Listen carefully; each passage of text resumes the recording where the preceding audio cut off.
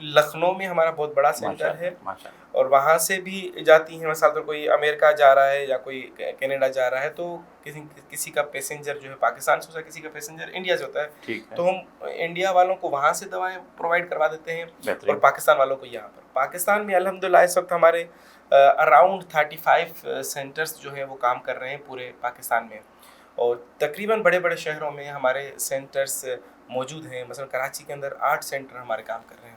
یا کبھی کوئی کم ہوتا رہتا ہے, کوئی زیادہ ہوتا رہتا ہے, مگر یہ ہے کہ کم و بیش. اسی طریقے سے ہمارے سینٹرز آپ حیدرآباد میں ہیں, سکھر میں, ملتان میں, لاہور میں, فیصل آباد میں, سرگودا میں, پنڈی اسلام آباد, اسکردو, آپ کا گلگت, اسی طرح کوہاٹ, ہنگو, پشاور, پارا چنار. مثلا راؤنڈ اباؤٹ پاکستان کے تقریباً بڑے شہروں میں, کوئٹہ, یہاں پر آپ کو ہماری دوائیں ملتی ہیں. کراچی میں ابھی آپ کے چینل کے اگر یہ اپلوڈ ہو جاتی ہے تو سیٹرڈے اور سنڈے کو ہمارا کلینک ہے عید سے پہلے, 28 اور 29 رمضان, سیٹرڈے سنڈے انشاءاللہ. چونکہ میں یہاں ہوتا ہوں بیشتر ایران میں, یہاں پر آتے ہیں ہم تھوڑے سے عرصے کے لیے. تو بہت سارے مومنین چونکہ پورا سال ہم سے دوائیں لیتے رہتے ہیں, آن لائن ہی لیتے ہیں ہمارے واٹس ایپ کے نمبر پہ.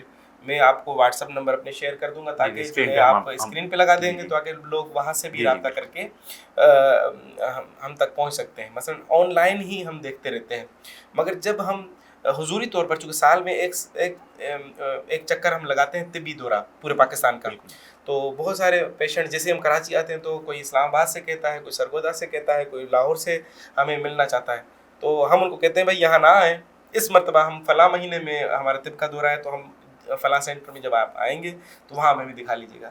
تو کراچی میں انشاءاللہ ہم ابھی 2 دن کے بعد بیٹھیں گے, تو جو مومنین اگر یہاں کے ارد گرد یا آپ کے چینل کے ذریعے سے دیکھ رہے ہیں تو وہاں پر آ کے ہمیں دکھا سکتے ہیں. بہت خوب.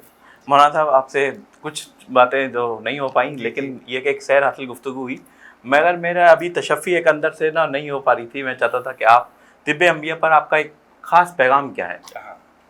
دیکھیں, اللہ رب العزت نے انسان کو فطرت پر خلق کیا ہے. مثلا ایسا نہیں ہو سکتا کہ اللہ نے دین کو کامل کر دیا, کہا کہ ہم نے آج دین کو مکمل کر دیا, تمام نعمتیں مکمل ہو گئیں, مگر انسانی علم کو یا انسانی جو مشکلات پیدا ہوں اس کے علم کو اللہ نے ناقص چھوڑ دیا ہو. ایسا ممکن نہیں ہے. جہاں اللہ نے, چونکہ سب سے پہلے تو اللہ نے انسان کو بنایا نا جب, تو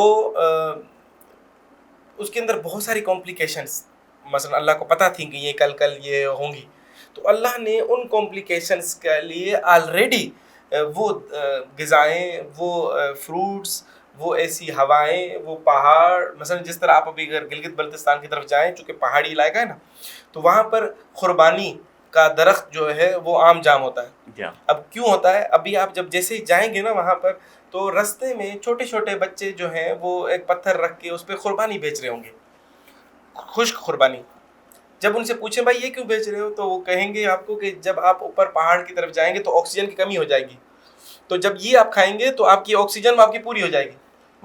دیکھیں, تو اللہ نے انسان کو فطرت پہ خلق کیا ہے, اور فطری تقاضوں کے مطابق وہ تمام چیزیں جو جس علاقے میں ضرورت ہے اللہ نے وہاں پر وہ پہلے سے ہی میسر کر دی ہیں. اسی طریقے سے حضرت داؤد اور حضرت سلیمان نبی کو تو جڑی بوٹیاں بول کے بتاتی تھیں کہ ہم فلاں مرض کا علاج ہے. تو اسی طریقے سے پیغام ہمارا یہی ہے, ہم نے ایک عزم اٹھایا, چونکہ ہمارے جو ہیڈ ہیں وہ آغا جان علی شاہ کاظمی صاحب ہیں, تو ہمارا عزم یہ ہے کہ ہم پوری دنیا کو دوبارہ سے کیمیکل سے پاک کریں اور نیچر کی طرف لے آئیں.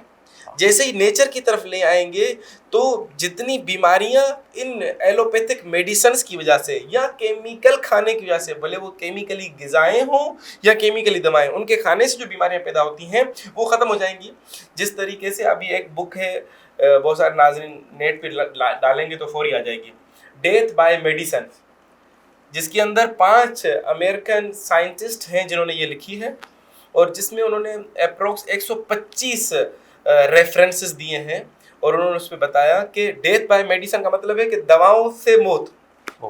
ہم دوائیں خرید کے موت خرید رہے ہیں در حقیقت. تو انہوں نے بتایا کہ فلاں جب WHO نے فلاں دوا کو ریکمنڈ کیا جب اناؤنس کیا مارکیٹ میں آئی, جب اس کا استعمال لوگوں نے کیا تو اس کی وجہ سے یہ فلاں سائیڈ ایفیکٹس ہوئے, ان کی کڈنیاں فیل ہو گئیں, ان کے فلاں چیزیں, اسٹمک فیل ہو گیا, ان کو پروسٹیٹ ہونا شروع ہو گیا, ان کی اسکنس کے ایشوز ہونا شروع ہو گئے.